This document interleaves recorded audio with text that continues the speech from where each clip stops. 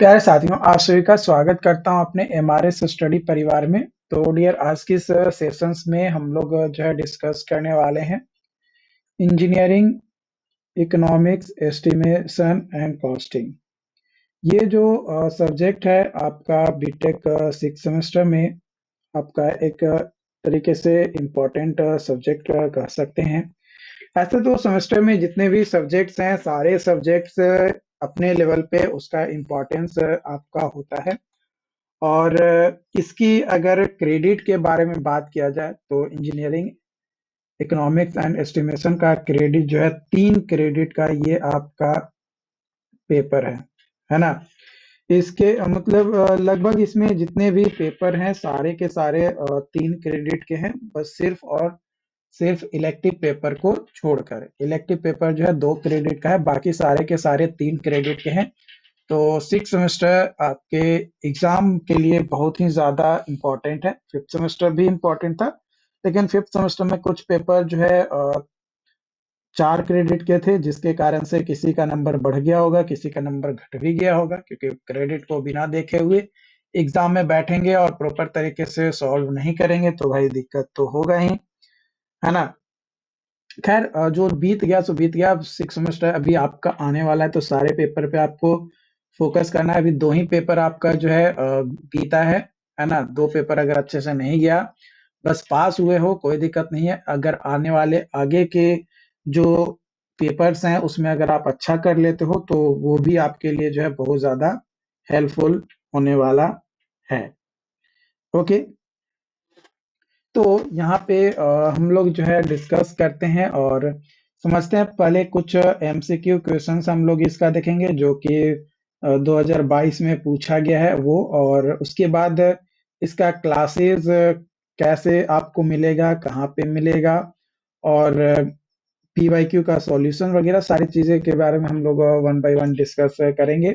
बस बने रहिएगा हमारे साथ ताकि आपको सारी चीज़ें जो है आपको मिल सके।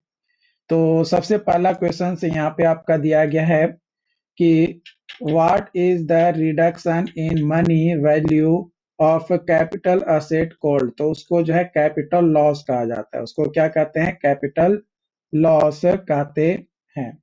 अगला क्वेश्चन है current assets less inventories divided by current liabilities is known as. उसको क्या कहा जाता है? तो करेंट रेशियो कहा जाता है। क्या कहा जाता है? करेंट रेशियो कहा जाता है। अगला क्वेश्चन यहाँ पे आपका दिया गया है। क्वेश्चन बोला गया है तीसरा नंबर कि the interest calculated on the basis of 365 days in a year उसको क्या कहते हैं? तो एग्जैक्ट सिंपल इंटरेस्ट। उसको क्या कहते हैं? Exact simple interest. अगला क्वेश्चन यहाँ पे है कि in what method of computing depreciations where it assumes that a sinking fund is essential in which fund will accumulate for replacement purpose के लिए, तो उसको सिंकिंग फंड मेथड कहते हैं। क्या कहते हैं? सिंकिंग फंड मेथड कहते हैं। अगला में क्वेश्चन है due to change in price level. Price level में जो चेंजेस होता है, a revised estimate is prepared if sanctioned estimate exceed. Sanction estimate कितना से एक्सीड होता है तो हमें जो है रिवाइज करने की जरूरत पड़ता है। तो 4% से अगर बढ़ जाता है तो हमें रिवाइज करने की जरूरत पड़ती है। ठीक है, अगला क्वेश्चन है यहाँ पे आपका दिया गया है the value of property without being dismantled at the end of useful life is known as. उसको क्या कहा जाता है? तो उसको जंक वैल्यू कहते हैं। क्या कहते हैं? जंक वैल्यू कहते हैं। अगला क्वेश्चन है डैम प्रूफ कोर्स यानी DPC is measured in. DPC को मेजर किया जाता है, किसमें मेजर किया जाता है? तो मीटर स्क्वायर या स्क्वायर मीटर में किया जाता है। अगला क्वेश्चन यहाँ पे है carpet area does not include the area.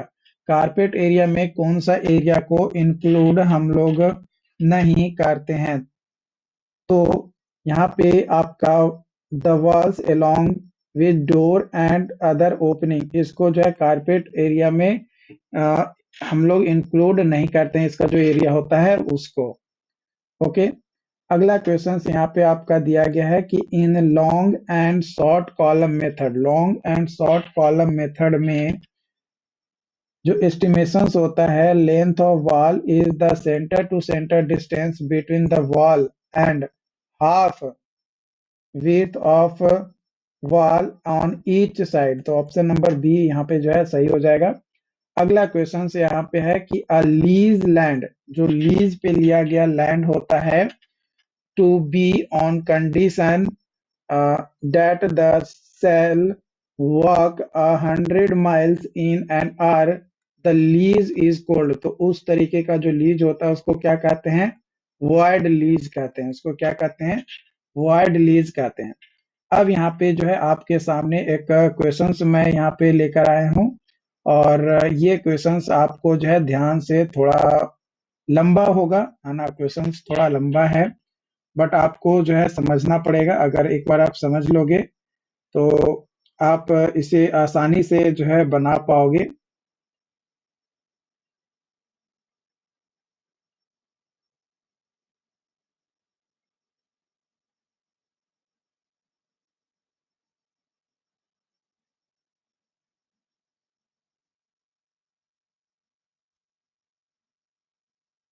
ठीक है, तो क्वेश्चंस क्या कहा जा रहा है? क्वेश्चन कह रहा है कि explain the effect of aggregate demand and supply over the engineering economics.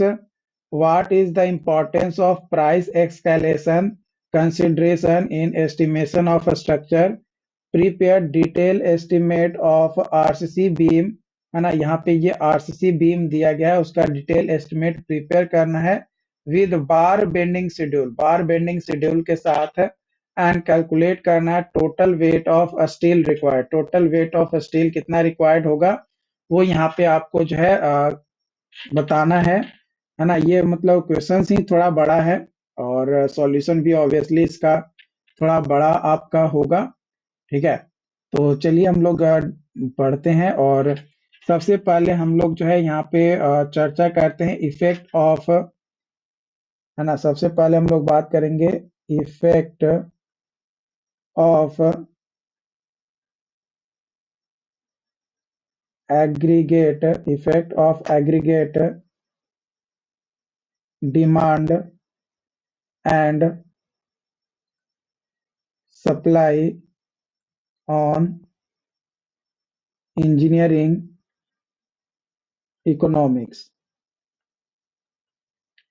ठीक है, तो एग्रीगेट डिमांड एंड सप्लाई जो है एक फंडामेंटल पॉइंट्स है आपका मैक्रो इकोनॉमिक्स का, है ना, और जो कि इन्फ्लुएंस करता है हमारा ओवरऑल जो इकोनॉमिक एक्टिविटीज होती हैं किसी भी कंट्रीज में, उसको अफेक्ट करता है, इन्फ्लुएंस करता है, ऑब्वियसली अफेक्ट करता है।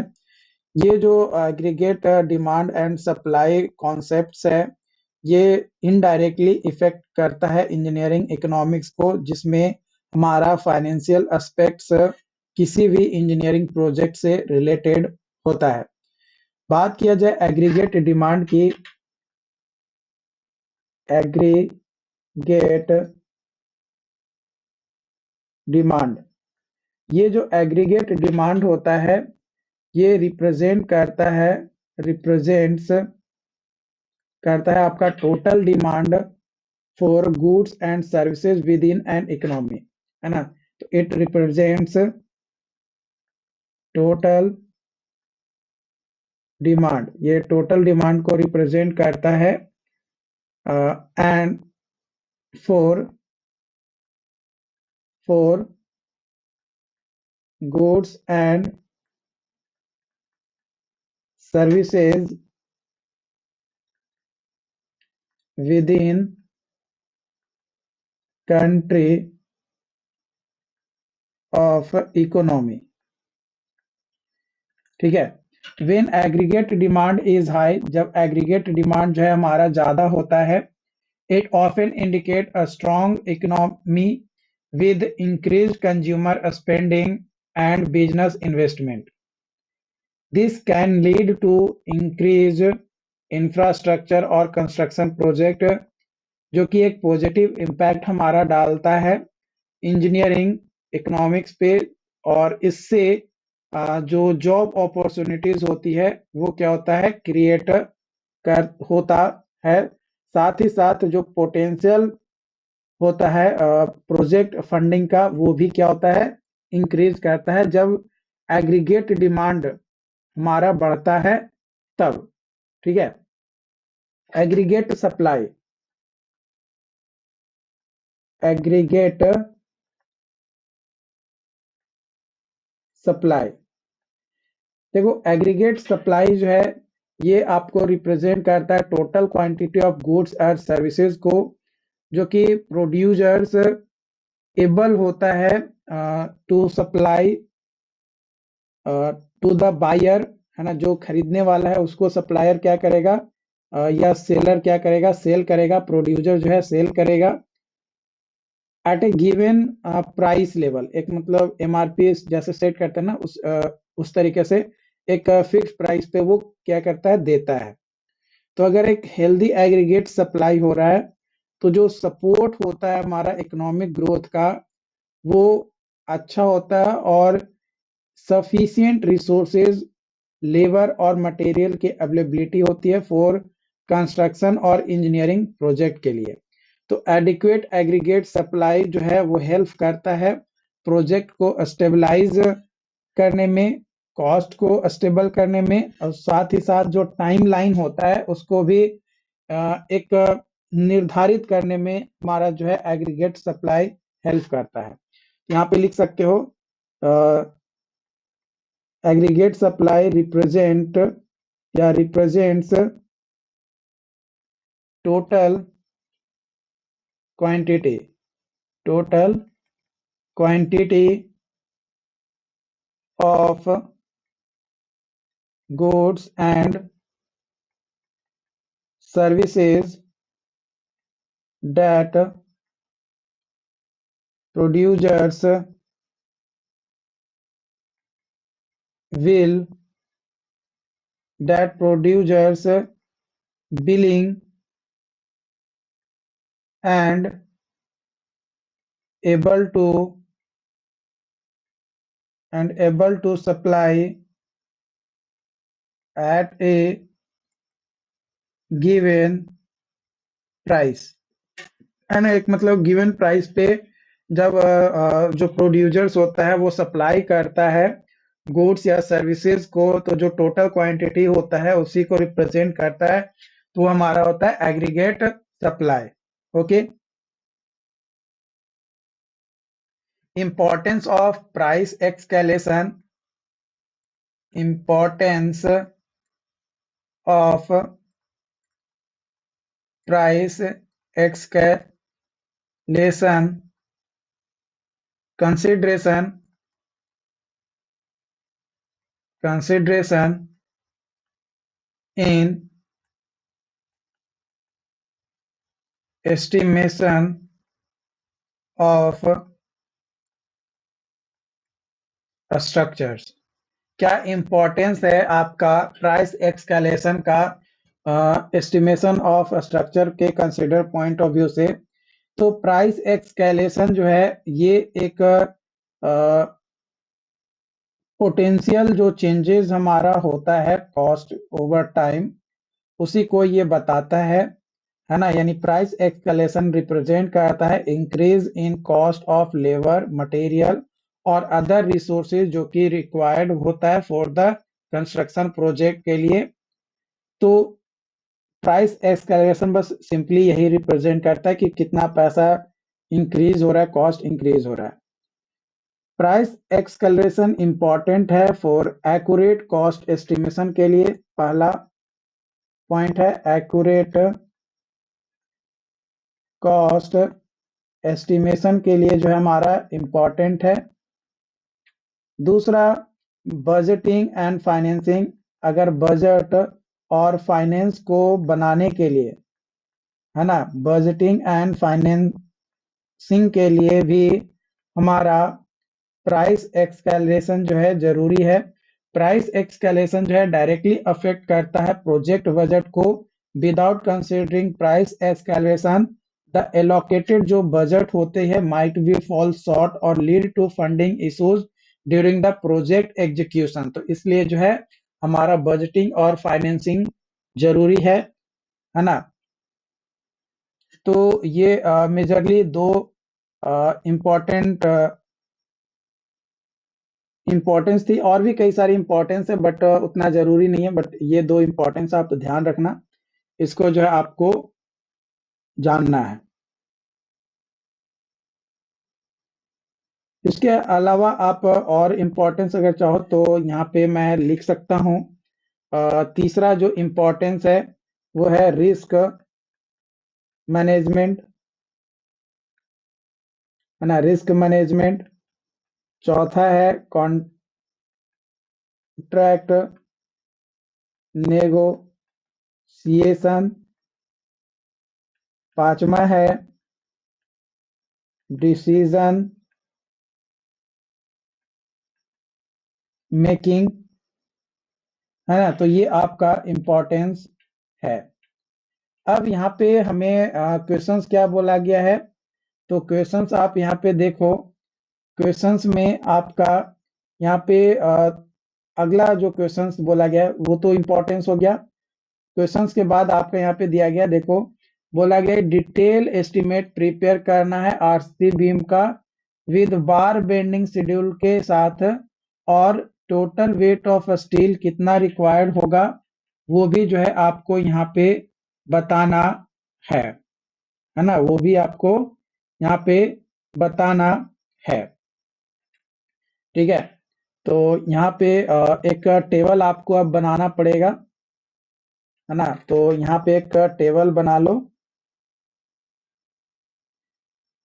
एक पॉइंट ये हो गया, एक ये हो गया, और ये आपका हो गया पार्टिकुलर्स, पार्टिकुलर्स हो गया, और ये नंबर हो गया, यहाँ पे लेंथ हो गया, ओके।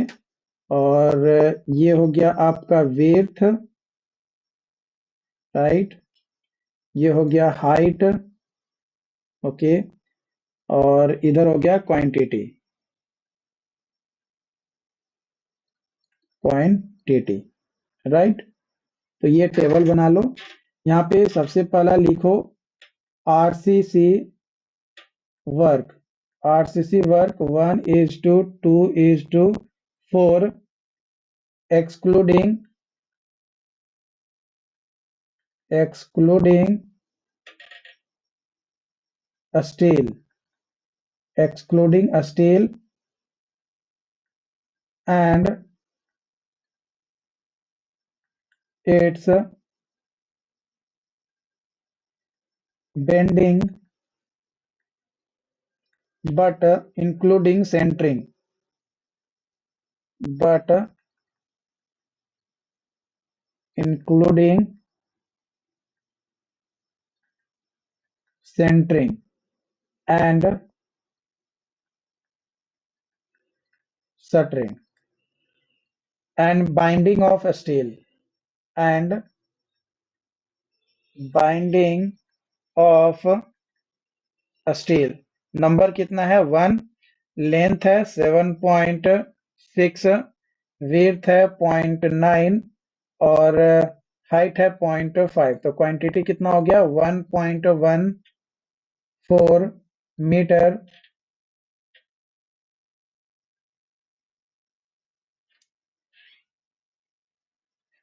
क्यूब। ठीक है, वही आएगा ना, एक बार कैलकुलेट कर लो। क्वांटिटी आपका आ जाएगा 7.6 गुने 0.9 गुने 0.5।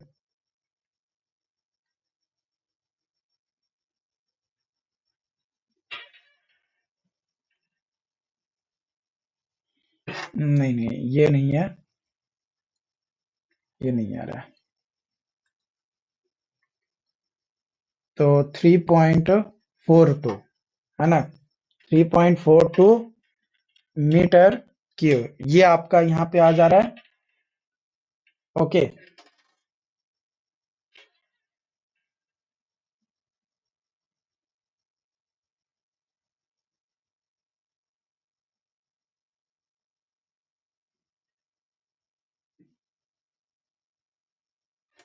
अब दूसरा हम लोग यहाँ पे लेकर चल रहे हैं। दूसरा, steel, steel including, steel including bending in RCC a 20 mm dia straight bar at the rate 2.46 kg per meter। तो ये है आपका 3, ये हो जाएगा 7.88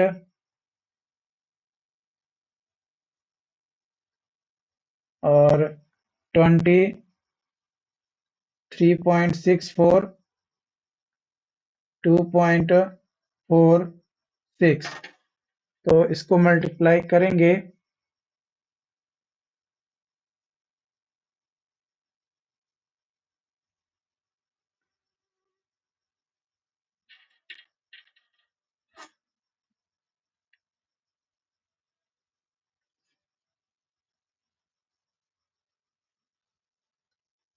तो ये आपका आ जाएगा 458.25।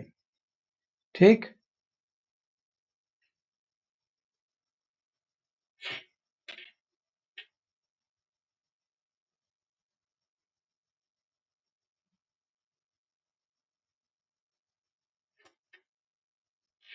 है ना, ये आपका आ जाएगा।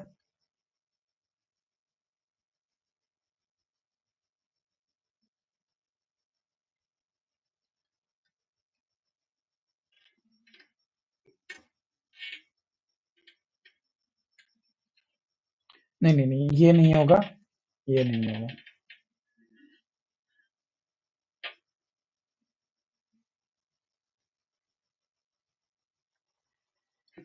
इसको हटाओ, इसको हटाओ, इसको इसमें गुना करो 2.46 से, तो ये आ जाएगा 58.15।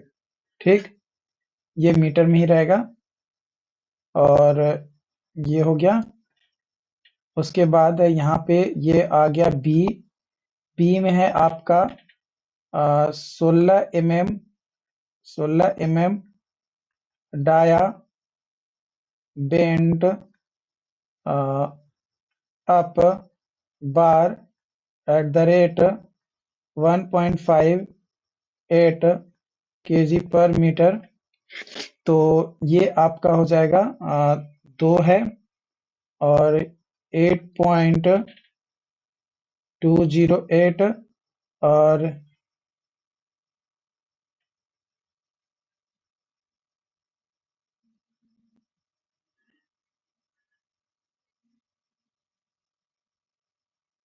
ये हो जाएगा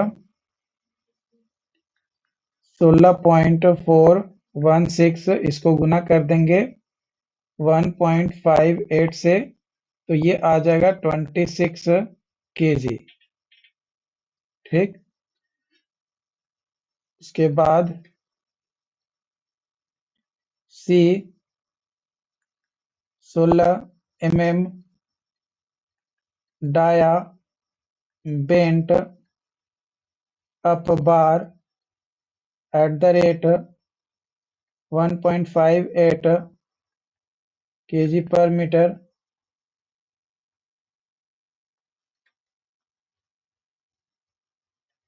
तो ये हो जाएगा 2, 8.188, 16.376।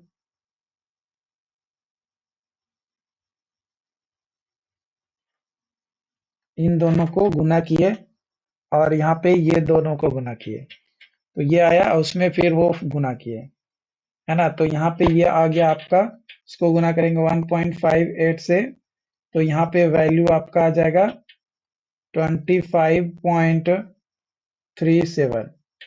ओके, इसके बाद इसको नीचे एक्सटेंड करेंगे।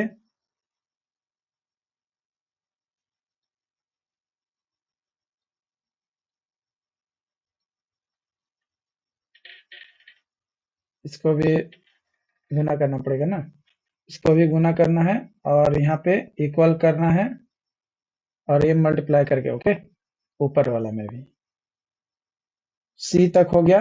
अब डी का, अब डी आ जाएगा 12 mm dia stag bar at the rate 0.89 kg per metre. ये है आपका 2 और यह है 7.88। तो इन दोनों को गुना करेंगे, फिर यहाँ पे इक्वल आपका आ जाएगा 15.76 और इसको गुना करेंगे 0.89 से, तो ये वैल्यू आपका आ जाएगा यहाँ पे, या इधर ही लिख देता हूँ, यहाँ पे वैल्यू आ जाएगा 14.02 kg। ओके, अब E point 10 mm dia, 10 mm dia bar stirrups 10 centimetre centre to centre at the rate 0.62 kg per metre. तो ये हो जाएगा 2 गुने 18 और इसको फिर से गुना करेंगे 1.56 से, तो ये आ जाएगा 56.16 और इसको अगर गुना करेंगे 0.62 से, तो ये आ जाएगा हमारा 34.81 kg। ठीक, और ये हो गया F 8 mm dia bar stirrups and 15 centimeter center to center at the rate 0.39 kg per meter।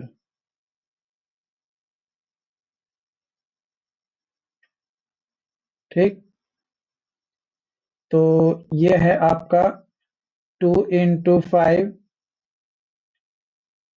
गुने 1.56, तो ये आ जाएगा 15.6 और इसको गुना करेंगे 0.39 से, तो यहाँ पे डाटा आ जाएगा 6.08 kg। ठीक, अब जी पॉइंट में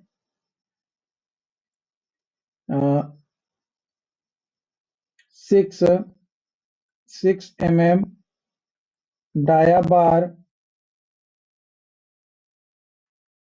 बार स्टायरप्स एंड 6 mm वाला हो गया ना, 8 mm था, अच्छा 8 mm था, 6 mm करना है, and 15 centimetre centre to centre at the rate 0.22 kg per metre.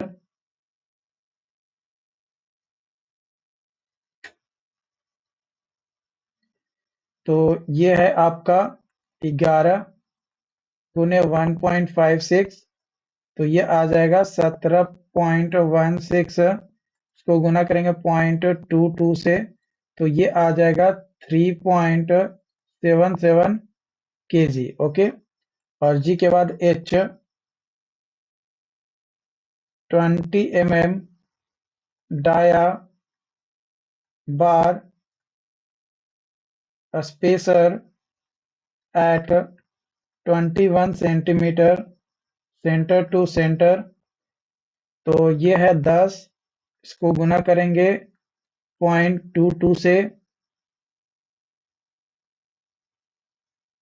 तो ये हो जाएगा 2.2 इक्वल टू, और इसको गुना करेंगे 2.46 से, तो ये आ जाएगा हमारा 5.912 kg। ठीक, अब यहाँ पे जितना डाटा दिया गया है, यहाँ पे ये भी आपका केजी में है ना, 58 केजी है। ओके, मीटर नहीं है। और हाँ, वो आरसीसी वाला तो ठीक है, आरसीसी वाला रहने दो, वो ठीक है। तो यहाँ पे आपका टोटल टोटल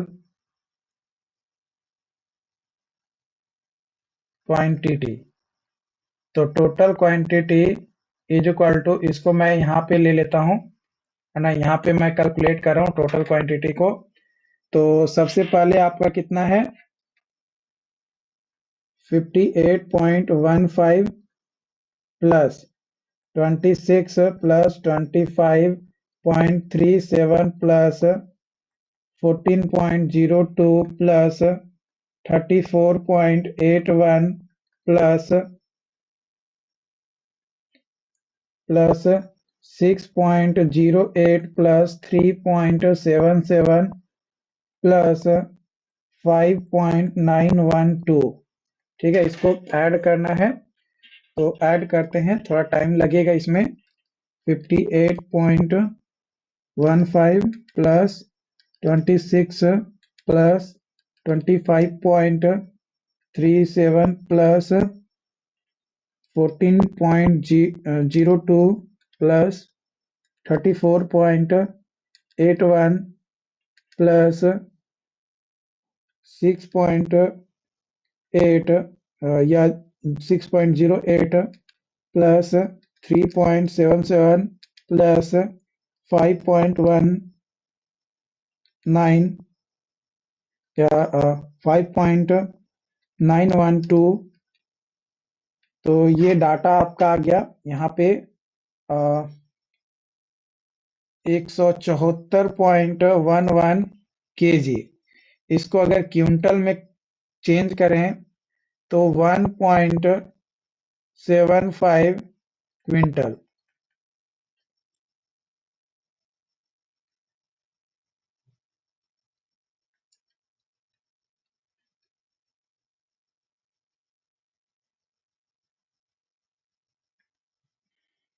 है ना, या 1.74 ही रहने दो, 1.74 ही रहने दो, है ना, इतना क्विंटल जो है, ये आपका आंसर आ गया। ठीक है, तो इस तरीके से मैंने जो है सारी चीजें कैलकुलेट करके आपको दिखा दिया। थोड़ा वीडियोस लंबा था, बट कोई नहीं, आपके हित के लिए ही यह है ना, क्योंकि टाइम टेकिंग तो है, एस्टिमेटिंग कॉस्टिंग पूरा जो है टाइम टेकिंग है। 2-4 क्वेश्चंस ही रहे बनाने होंगे, लेकिन इतना वो पेचीदा हो जाता है ना, क्योंकि इसमें टाइम लगता है, इसमें टाइम आपका लगेगा, क्योंकि थोड़ा पेचीदा चीजें हैं। ओके, अब यहाँ पे मैं बात करता हूँ क्लासेस के बारे में। देखो भाई, इंजीनियर प्लस ऐप पे कई सारे लोग होंगे जो नोट्स परचेज किए हैं और अपना पढ़ाई कर रहे हैं। तो इंजीनियर प्लस ऐप पे आपको engineering, economics, estimation and costing का कोर्सेज जो है आपको मिल जाएगा। आप अगर, क्योंकि अब टाइम तो कम है ना, पॉसिबल नहीं है, लेकिन कई सारे लोग होते हैं जो लास्ट टाइम में कोर्स लेकर पढ़ते हैं, तो वो उनके ऊपर डिपेंड करता है। तो कोर्सेज भी आपको ऐप पे मिल जाएगा, वीडियो लेक्चर्स के साथ कंप्लीट, मतलब थियोरेटिकल क्लासेस प्लस कुछ क्वेश्चंस भी मैंने वहाँ पे करवाई हैं, और जो कि आपके लिए हेल्पफुल होगा। और ये जो 2022 में क्वेश्चन पूछा गया था, है ना, ये एकेयू लिया था भाई, ठीक है, एकेयू एग्जाम लिया था। तो एकेयू का थोड़ा फंडा अलग था, लेकिन बीयू अब एग्जाम ले रहा है। तो अब देखना ये है कि बीयू का लेवल क्या आता है। ऐसे जो पेपर वन था, है ना, मतलब जो पहला दिन मैनेजमेंट का पेपर था, फिर स्टील का पेपर था, तो ठीक ठाक क्वेश्चंस, मतलब एक मॉडरेट लेवल का। एकेयू थोड़ा अगर मान लो कि हार्ड है, तो बीयू थोड़ा मॉडरेट लेवल का क्वेश्चंस दे रहा है। बीयू थोड़ा मॉडरेट लेवल का क्वेश्चंस दे रहा है। तो आप मानकर चलो कि इंजीनियरिंग इकोनॉमिक जो एस्टिमेशन एंड कॉस्टिंग जो सब्जेक्ट है, इसमें भी आपको जो क्वेश्चंस मिलेंगे मॉडरेट ही मिलेंगे, है ना, नहीं बहुत ज्यादा हार्ड और टफ रहेगा। मॉडरेट रहेगा लेकिन पढ़ा हुआ रहेगा, तभी तो आप कर पाओगे ना। इसमें पूरा सिलेबस आपका कंप्लीट रहेगा तभी आप पूरा कर पाओगे। अगर आपका सिलेबस ही नहीं पता रहेगा कि आपको क्या करना है, कैसे पढ़ना है, कहाँ से पढ़ना है, तो भाई कैसे होगा, होगा पॉसिबल? क्योंकि इसमें आप देखोगे तो टोटल जो है 9 मॉड्यूल इसमें आपको पढ़ना है। कितने मॉड्यूल हैं? तो मॉड्यूल 1 से लेकर 9 है, 9 मॉड्यूल है। अगर हर एक मॉड्यूल से एक एक क्वेश्चंस भी आता है, तो 9 क्वेश्चंस तो आपका ऐसे ही हो जाता है ना। तो ऑब्वियसली इस बार जो है थोड़ा जो एकेयू किया था कि एक क्वेश्चंस एक है, लेकिन मतलब अलग एक ही क्वेश्चंस में कई सारे मॉड्यूल को घुसा दिया था, है ना। जैसे जो क्वेश्चंस मैंने अभी आपको करवाया, इसमें देखो, पहले एग्रीगेट डिमांड एंड सप्लाई, ये इंजीनियरिंग इकोनॉमिक्स का टॉपिक है, ठीक है ना। लेकिन उसको घुसा दिया कहाँ? एस्टिमेटिंग कॉस्टिंग में।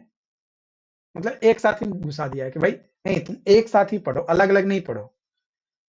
हो सकता है कि बीयू अलग तरीके से क्वेश्चंस दे, अब डिपेंड करता है कि अब एग्जाम के बाद ही पता चलेगा।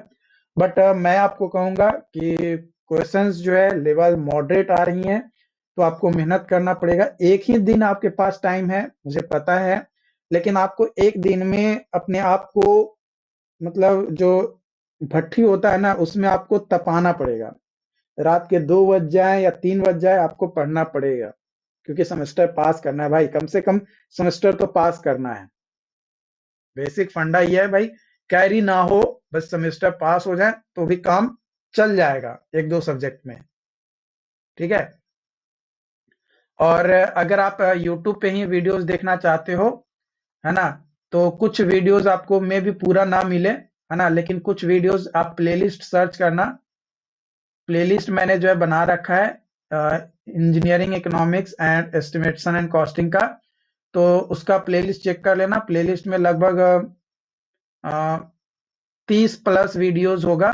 तो अगर पॉसिबल है देख पाना सारी वीडियोस को, तो सारी वीडियोस देख डालो। डेफिनेटली वो आपके लिए जो है हेल्पफुल होगा, और आपके एग्जाम पॉइंट ऑफ व्यू से बहुत ज्यादा वो इम्पोर्टेंट होने वाला है।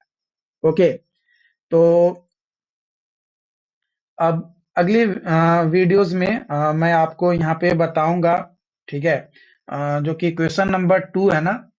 हाँ, क्वेश्चन नंबर 2 अगर तो हो गया। क्वेश्चन नंबर 3 अगर पॉसिबल होगा तो ठीक है, नहीं तो क्वेश्चन नंबर 4 तो मैं जरूर ही करवा दूंगा, क्योंकि उसमें कई सारे पार्ट हैं जो कि थियोरेटिकल है, जैसे लीनियर प्रोग्रामिंग हो गया, monetary policy and fiscal policies हो गया, सिक्योरिटी डिपॉजिट है तो एस्टिमेटिंग का मतलब इकोनॉमिक्स और एस्टिमेटिंग कॉस्टिंग दोनों को एक ही में मिला के क्वेश्चन पूछ दिया।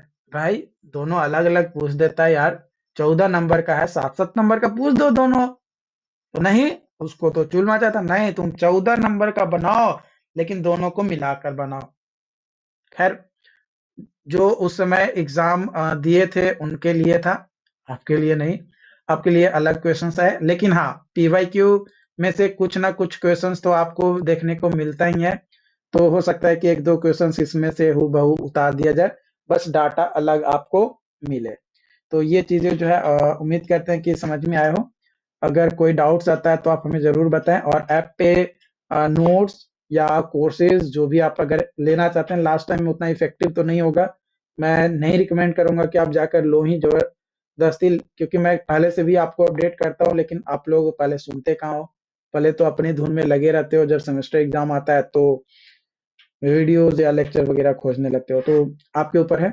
ओके, बाकी उम्मीद करते हैं कि आपको चीजें जो है मैं समझाने में सक्षम हो पाए होंगे। कई सारे लोगों को हमारा समझाया चीजें अच्छा लगता है, कई सारे लोगों का अच्छा नहीं लगता है, तो that's depend on you. Okay.